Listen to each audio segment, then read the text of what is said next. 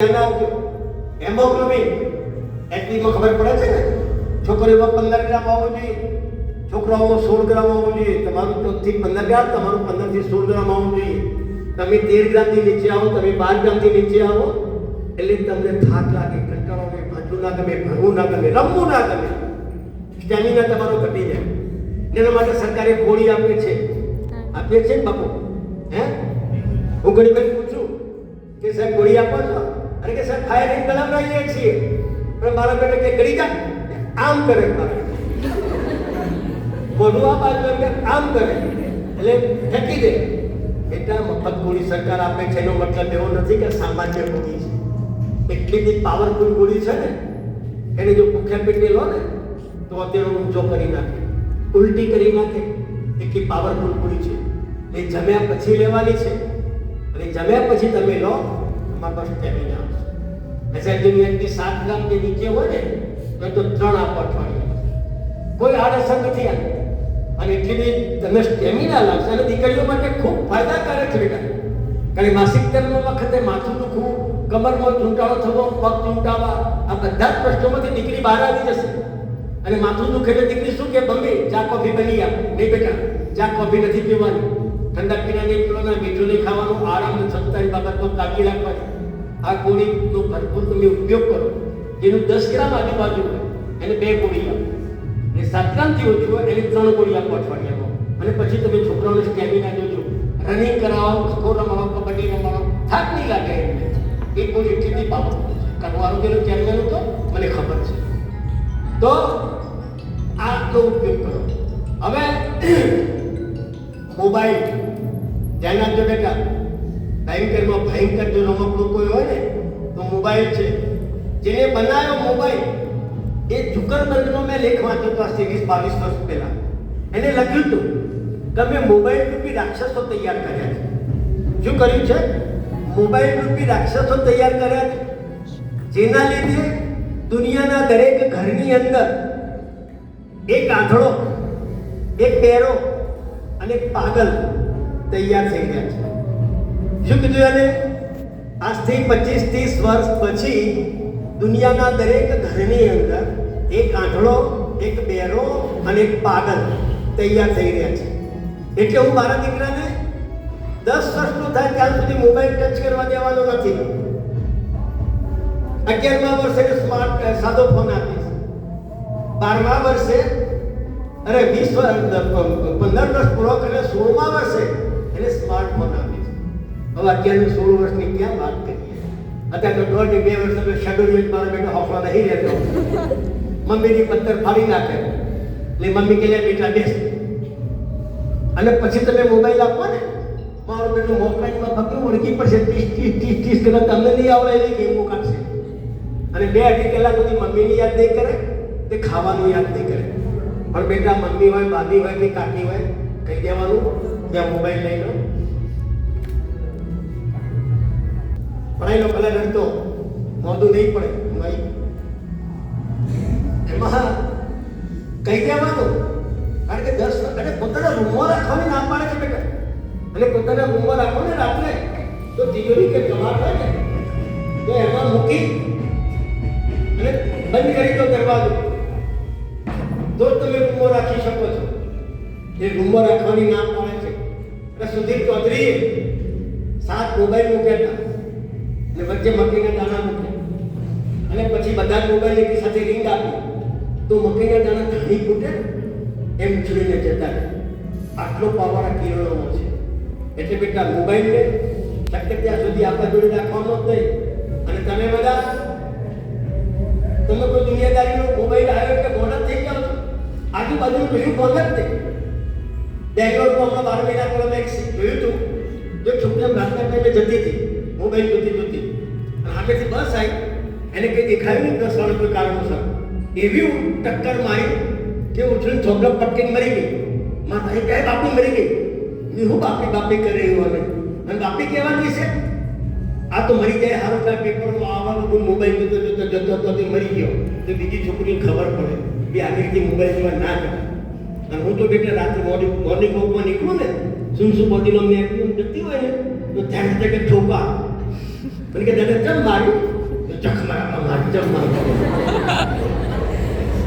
પછી આમ જો ઓળખી જાય હા પછીથી ભાગર હા દાદા નહીં મોબાઈલ નહીં ચાલુ કરો એમ કે કદી ભાગર ખબર પડતા થાય આપણને ના પડી મોબાઈલ ચાલુ રાખવાની અને એક ભાઈ ડાઇનિંગ ટેબલ પર બેઠા મોબાઈલ જોતા હતા બાજુ દાદા બેઠા હતા આ બાજુ નાનું ભાઈ બે બાજુ મમ્મી હતા જોયા જાય દાદા તો હાથ ધોઈ મોટું ધોઈ કોગળું કરી ઊભા થયા બેટા આ જમતો જમતો તો મોબાઈલ શાંત છો કે મથા પડતા કરો દાદા દાદા બધા આખલા કારણ મણીતા હોય એટલે દાદા આગળ બધું બોલાય એટલે દાદા કે બેટા અત્યારે ખબર નહીં પડે પછી ખબર પડશે દાદા તો બીજા રૂમમાં ગયા આ બે જમતા હતા ને જમતા જમતા કે મમ્મી દાળ ઠંડી છે મીઠું નથી બનતું નથી મમ્મીએ જોયું ત્યારે દાદા કે થોપાય કે ત્યાં રોટલી હમણાં ડબોળી ખોય છે આ દાદા ખાઈને ઉઠે વાગીમાં ડબોળી છે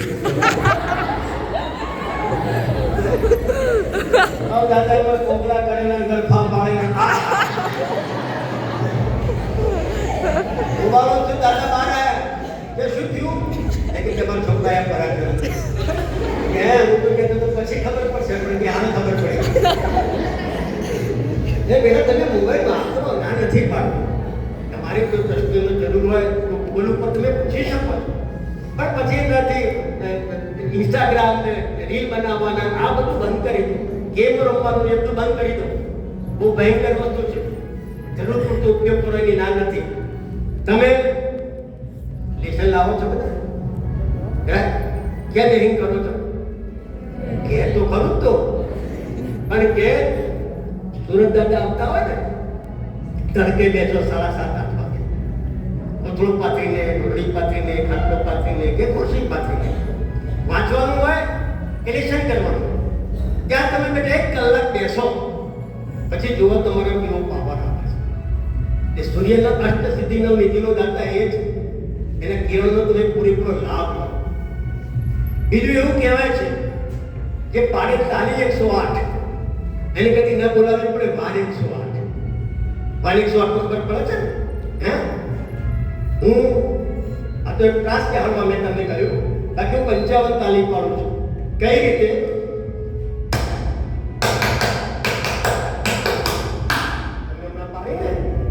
ત્રણ તાલીનું માન આપ્યું એવી જોશથી 11 તાલીની અંદર બેટા લાલ થઈ ગયા હાથ 55 તાલી પાડીએ તો કદી એટેક ના આ કહેવત છે માતાજી બદલે એટેક આવે ને ફાતરાને કદી એટેક આવે હા માતાજી કદી એટેક ના આવે કામે તાલીમ પાડતા હોય એટલે તાલીમ પાડવાનું રાખો બીજું ઠંડા પાણી ઠંડા પીણા તમારું જઠર અને હળદરડા ખરાબ કરી નાખે હું તો રાત્રે સવારે ગરમ કરીને પાણી પીવું છું 4 ગ્લાસ પાણી પીવું છું સવારે પણ ગરમ કરીને પીવાનું એટલે ઠંડા પાણી અને ઠંડા પીણાથી તમે દૂર રહેજો હવે મુખ્ય વાત ઉપર આપણે આવીએ તમને બધાને યાદ નથી રહેતું તમારાથી 75% છોકરા છોકરીઓ એવા હશે કે 35-38-40% માર્ક્સ આવે પાસ થઈ ગયો રિઝલ્ટ ધોળે કે દાદા પાસ થઈ ગયો પપ્પા પાસ થઈ ગયો દાદા કે બેટા કેટલા ટકા આયા કે 48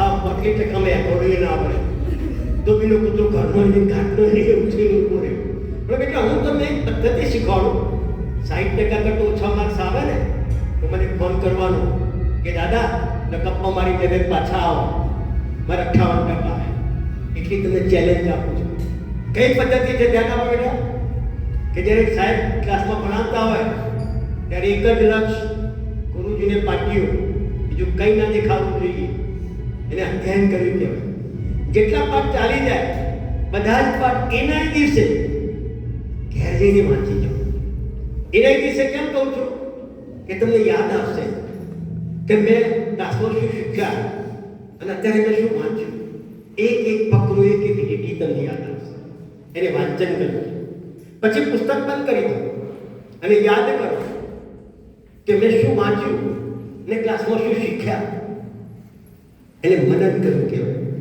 ને સ્વાધ્યાયના જે પ્રશ્નો છે એના જવાબ સ્લેટમાં કે નોટમાં લખો. આ લખતા નથી ને એ મોટી આળસ છે બેટા. એક વખત લખો, 10 વખત વાંચો, બે સરખું યાદ રહે. તો તમારે એક વખત લખવું છે કે 10 વખત વાંચવું છે એ તમારે નક્કી કરવાનું છે. ધ્યાન રાખો. એટલે અધ્યાય મેં 4 પદ્ધતિ કહી. અધ્યાય ક્લાસમાં ધ્યાન આપીને ભણવાનું, વાંચન ઘેર આવીને એના દિવસે પાછું વાંચી જવાનું, મનન પુસ્તક બંધ કરીને યાદ કરવાનું કે મેં શું વાંચ્યું ને ક્લાસમાં શું ભણે. એટલે છેલ્લે સ્વાધ્યાયના પ્રશ્નોના જવાબ સાથે લખવાનું સ્લેટમાં અથવા નોટમાં. આ 4 પદ્ધતિ તમે રોજે રોજ કરો અને જો 60% કરતો ઓછા માર્ક્સ આવે તો જવાબદારી મારી રહેશે. ના કરી શક્યા આપણે, તમે પ્રયત્ન કરી જોજો, તમને મજા આવશે. માનો કે આ બધું કર્યું છતાં યાદ નથી રહેતું, ભણતર ચડતું નથી, તો ગભરે નહીં જવાનું. એ ડાસંગાઓ શું કીધું લે કાબેલો, ડરી નહીં જવાનું. જો ડર ગયા હો એ કેવો જવાબ આવે. અને હવે બધા ઠોઠીઓ હોય ને એ બરાબર નવરંગ શાયરીઓ ઠપકારતા હોય. હિન્દીનું પેપર હતું અને ઠોઠી મારા શાયરી ઠપકારી. કઈ શાયરી ઠપકારી ખબર પડી? શાયરી કહો, શાયરી કહો, હા શાયરી કહો. એને લખ્યું એ परीक्षा सैकड़ों विद्यार्थियों के भविष्य तेरे हाथ है. ये परीक्षा सैकड़ों विद्यार्थियों के भविष्य तेरे हाथ है. एक को पास कर दे तो क्या बड़ी बात है. साहब એ તમારા આચાર્ય સાહેબ જેવો હોશિયાર હતા. બધાના માર્ક્સ કીધા, એના માર્ક્સ ના કીધા. એટલે સાહેબ મારો નંબર જતો મારો માર્ક્સ હતો. સાહેબ એટલું બેસન છેલ્લે કહેવાનું. એને ઊભો કર્યો કે શાયરી તમે લખી દો. એ શરતો ને સાહેબે શાયરીમાં જવાબ આપેલો. સાહેબે શાયરી આવડો હો, કીર્તિસિંહ શાયરી આવડો કહું એમની શાયરી હે એમને લખ્યું હતું, હે વિદ્યાર્થી सैकड़ों पुस्तक तेरे पास है. हे विद्यार्थी सैकड़ों पुस्तक तेरे पास. ખોટું નથી પણ ડીપમાં જાઓ. તમે સારા શાયર બની શકો છો, નામ કમાઈ શકો છો, પૈસા કમાઈ શકો છો, પણ ડીપમાં જવું પડે. ખાલી રમત રળિયા માટે શાયરીઓની મશ્કરી કરવા માટે કે ગમત કરવા માટે કે આનંદ કરવા માટે નહીં. સાહેબ તમારે શાયર થવું છે. ભણવું એટલું કે જરૂરી નથી જીવનમાં. ધ્યાન આપજો. ઘણા મૂર્ખા લોકો 75% લાવો તો આપઘાત કરે કે મારે તો મેડિકલમાં જવું તો 90% લાવવાનું તને 75 જાય. એટલે મૂર્ખ લોકોને 50% આવતો રાજી રાજી હોય અને તું 75% આપઘાત કરી છે. કોને મૂર્ખ જ કહેવો કે બીજું કરે. એટલે બેટા ગભરાવાનું નહીં. ભણવું એટલું જરૂરી નથી. હોશિયાર વિદ્યાર્થી હોશિયારીનું કામ કરે, ઠોક ઠોકનું કામ કરે. ઠોઠિયાર કીધું હોય ને એટલે હાથી ગોઠ મારી દે, એ મારી દે, પાહો મારી દે, પાહો મારી દે. ખાટો ભરવાનું કીધું કે તને ગોફેર બનાવવાનું કીધું કે નેડી બોધવાનું કીધું, બધું એ કરી દે. હોશિયાર વિદ્યાર્થી ના એટલે કહે છે ને કે ब्लेड धारदार होती है, ब्लेड धारदार होती है लेकिन पेड़ नहीं काट सकती. झाड़ कापी શકે? ब्लेड નથી झाड़ કાપાય. ब्लेड धारदार होती है लेकिन पेड़ नहीं काट सकती. कुहाड़ी मजबूत होती है लेकिन बाल नहीं काट सकती. कुहाड़ी मजबूत होती है लेकिन बाल नहीं काट सकती. कुहाड़ी कुहाડીનું કામ કરે, બ્લેડ બ્લેડનું કામ કરે. હોશિયાર થાય એટલે બધું આવડી ગયું. અરે કાનની અંદર વિદ્યુત બોર્ડના થોપલા નાખવાના. 100-125 થોપલા નાખ્યા એટલે પેલા સાહેબ એકદમ ભેગા કરે એન્જિનિયરો કે ભાઈ આપણે એક થોપલો રાખ્યો નહીં. કે કેમ? અરે ઊંચાઈ માપવાની રહી ગઈ કે સાહેબ અહીંયા બોર ઉપર છે થોપલો. માપી આવ્યા કે હાથમાં બે જણા તો ડબલ સવારી બે જણા ઉપર બાઇક લઈ તો જેને ઉભો ઉભો જોતા હતા એમાં ચોથી પચું પડેલા કાકાને કહ્યા ટ્રેક્ટર કર્યું કે સારું કરો. હવે સાહેબે ઊંચાઈ માપવાની કીધી અને હાડો સીડી લાવવાની રહી ગઈ, ભૂલી ગયા છીએ. કાકાએ જોયું મેં બોક્સિંગમાં નટ બોલ્ટમાં ફિટ કરેલા થોપલા. કાકા તો ટ્રેક્ટરમાં ગયા, પોનું લાયા. પોનામાં ખબર પડે ને હે ફટ ફટ ફટ બોલ્ટ ખોલી કાઢે કે સાહેબ આગાજો ધક્કો મારો થોપલે જો પડે કે સાહેબ મેજર ટેપ લાવ. મેજર ટેપથી માપ્યું એટલે સાહેબ હોળ ફૂટ શકે. જો તમારા સાહેબ કહી દેજો હું પહેલાં સીડી સીડી કરતા હતા કે હું તો અપમાન જેવું લાગે કે કાકા તમે અભણ માણસ છો યાર. અમે ભણેલા ગણેલા એન્જિનિયર છે, ડફોર ના બનાવો. કે કેમ? કે તારે અમારા સાહેબે ઊંચાઈ માપવાની કીધી, તમે ત્યાં લંબાઈ માપી કાઢી. એટલે બે એક જ કહેવાય. આડું હોય ને ગમે ઊંચું હોય ઊંચાઈ. બેમાં હોશિયાર કાકા કા પેલો સાહેબો કાકા. એટલે કહેવાનો મતલબ બેટા ભણવું એટલું જરૂરી નથી. તરવું તો તરવું તક્ષણ વિદ્યા. આ હૈયાતનો ઉપાય છે. ડરી જવાનું નહીં, ગભરાઈ જવાનું નહીં. તમને જેમાં રુચિ હોય એમાં, સંગીતમાં રુચિ હોય, તમને ગાયનની રુચિ હોય. પેલો તારે જમી તે પિક્ચર જોયું કે નહીં? હે એમાં પેલો ઈશાન દોતી હે તો થયું પણ શેમાં હોશિયાર હતો એ? ચિત્રમાં લાખો રૂપિયા ઇનામ મળે છે બેટા. એના મમ્મી પપ્પાને બોલાવીને સ્વાગત કર્યું ત્યારે મમ્મી પપ્પા રડી પડ્યા કે બેટા અમે તો તને ધોળ કપાટ કરી, અપમાન કર્યું, ગાળાગાળી કરી. અમને ખબર નથી કે ચિત્ર પણ એમને શિક્ષણનો વિષય છે. તું આખો દાડો ચિત્ર દોર કરતો હતો એમની અંદર તું તારી જિંદગી બગાડી નાખી. પણ તમારા સાહેબ જે આવ્યા અને તારી શક્તિને બહાર લાવ્યા એ ખરેખર તો અભિનંદન માનું. તારી માફી માંગીએ છીએ. એટલે તમને જેમાં રસ હોય, ચિત્રમાં હોય, સંગીતમાં હોય, ગાવામાં હોય, વક્તૃત્વ સ્પર્ધાની અંદર હોય, રમત ગમતમાં હોય, તો એમાં તમે રસ લઈ શકો છો. બીજી પદ્ધતિ ધ્યાન આપો બેટા કે ગતકડા શોધી કાઢો. જાની વાલી પીનારા કલર છે, પેલા કલરનું નામ લખીએ છીએ. જાન્યુઆરી, ફેબ્રુઆરી, માર્ચ, એપ્રિલ, મે. મહિનાના દિવસ ઓછા દિવસ. ઓગસ્ટ મહિના દિવસ કેટલા થાય ખબર નથી. પણ તમે શું કરવાના? અહીંયા આવવાનું અને પછી કહેવાય હા દાદા 31 થાય. મને બી ખબર નથી પણ એને શોધ્યું હતું. ગતકનું છે, આપણને કેટલું ઉપયોગી છે. અમે ભણતા હતા ત્યારે મહેસાણા પાટણ જિલ્લો એક જ હતો. એના 11 તાલુકા હતા. 11 તાલુકાના નામ કઈ રીતે યાદ રાખવા? તમારા સાહેબે એક પંક્તિ આપી શીખવાડી. કવિ કવિ ચાપા હાસમ શીખે. કવિ કવિ બે વખત, કવિ કવિ ચાપા હાસમ શીખે. પહેલા કવિનો ક કડી વિવિસ્તમ, બીજા કવિનો ક કલો વિવિધા. કવિ કવિ ચાપા ચાણસમાં પાટણ, હાસમ હારી સમે મહેસાણા, શીખે સિદ્ધપુર ખેરા. કોઈ યાદ રહી જાય પેલા રીતે? કવિ કવિ ચાપા હાસમ શીખે. 11 અક્ષરો છે, 11 તાલુકા છે. આવા કેટલા તમે શોધી કાઢો. દાખલા તરીકે 1 કિલોમીટરના મીટર 1000 થાય તો સેન્ટીમીટર કેટલા થાય? તો તમે માથું ખોલશો. અને બીએડ કોલેજમાં આ પ્રશ્ન પૂછ્યું તો એમને નહીં આવડે. બીએડ એમએડ વાળાને નહીં આવડે કારણ એમની કોઈ સૂત્ર નથી. હું તમને સૂત્ર કહીશ તો તમને હસવું આવશે. એનું સૂત્ર છે milli centi decimetre deca hecto kilometre. 1 millimetre, centimetre, decimetre, metre, decametre, hectometre ને કિલોમીટર. કિલોમીટર ઉપર એકડો કરો અને એક મિનિટ ચલાવતા જાઓ તો 1 લાખ સેન્ટીમીટર. મિલીમીટર બીજી મિનિટ ચલાવો તો 10 લાખ મિલીમીટર. વજન માટે સેમ છે. Milli સેન્ટી ડેસીગ્રામ deca hecto kilogram. 1 કિલોગ્રામના ગ્રામ આટલા થાય. મિલીગ્રામ કેટલા થાય? તો મિનિટ ચલાવતા તો ખબર પડે કે 10 લાખ મિલીગ્રામ. આ લંબાઈ અને એ માપવાનું સૂત્ર છે. તમે હૃદયનો પાઠ ભણી ગયા ને? હૃદયમાં શુદ્ધ લોકાય કણકમાં ઠલવાય, અશુદ્ધ લોકાય કણકમાં ઠલવાય. તમને પૂછવામાં આવે તો તમે વિચાર કરતા હો શુદ્ધ આમાં ઠલવાય કે આમાં ઠલવાય. પણ કદી ભૂલા ના પડો. ધ્યાન આપજો. તો શુદ્ધ 2 અક્ષર છે, ડાબુ 2 અક્ષર છે. એ શુદ્ધ ડાબા કણકમાં ઠલવાય. અશુદ્ધ 3 અક્ષર છે, જમણું 3 અક્ષર છે. એ શુદ્ધ જમણા કણકમાં ઠલવાય.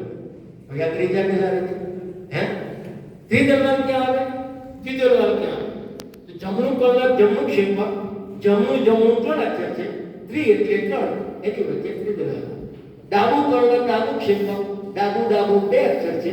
ત્રિ એટલે 2, એની વચ્ચે ત્રિદલવાલ. કોઈ યાદ રહી જાય કે? કર્ણકની દિવાલ મજબૂત અને ભારે કે ક્ષેપકોની? તો કર્ણકનો ક લખો ભારે પડે કે ક્ષેપકનો ક્ષ? તો ક્ષ. તો ક્ષેપકોની દિવાલ ભારે કે મજબૂત છે. યાદ રાખવા માટે કરતા તમે ઉચ્ચારણ શીખી ગયા. પેલા પ્રકારનું કોઈ, બીજા પ્રકારનું કોઈ, ત્રીજા પ્રકારનું. અત્યારે પૂછે તમને ના પણ આવજો યાદ રાખો બેટા. કોઈ મહેમાન જતો ના કે આવજો.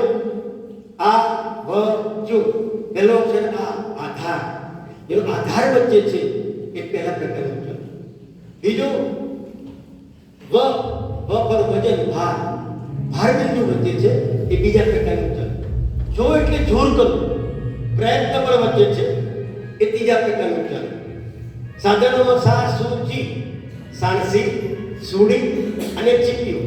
સાણસીમાં આધાર વચ્ચે છે પહેલા પ્રકારનું, સુડીમાં ભાર વચ્ચે છે બીજા પ્રકારનું, ચીપીઓ વચ્ચેથી પકડીએ છીએ, પ્રયત્ન પણ વચ્ચેથી કરીએ છીએ, જે ત્રીજા પ્રકારનું સાધન છે. ખ્યાલ આપને આ ઉચ્ચારણ માટેનું છે. હવે સૂર્ય પૃથ્વી વચ્ચેનું અંતર કેટલું ખબર નથી, પણ સૂર્યના કિરણો પૃથ્વી પર આવતો કેટલો સમય લાગે એ ખબર છે? કોણ કહેશે? સૂર્યના કિરણો પૃથ્વી પર આવતો કેટલો સમય લાગે? અત્યારે બાબો કેટલા ભૂગોળમાં ડિટેલમાં આપે છે. તમે 8.5 મિનિટ કામ કહીએ છીએ, એટલે 8 મિનિટ કે 20 સેકન્ડ, એના સેકન્ડ કાઢો તમે તો 500 સેકન્ડ. પ્રકાશ વર્ષમાં તમે વિજ્ઞાનમાં શીખી ગયા 1 સેકન્ડમાં પ્રકાશ કેટલા કિલોમીટર ગતિ કરે? તો 3 લાખ કિલોમીટર ગતિ કરે. તો 3 લાખ ગુણ્યા 500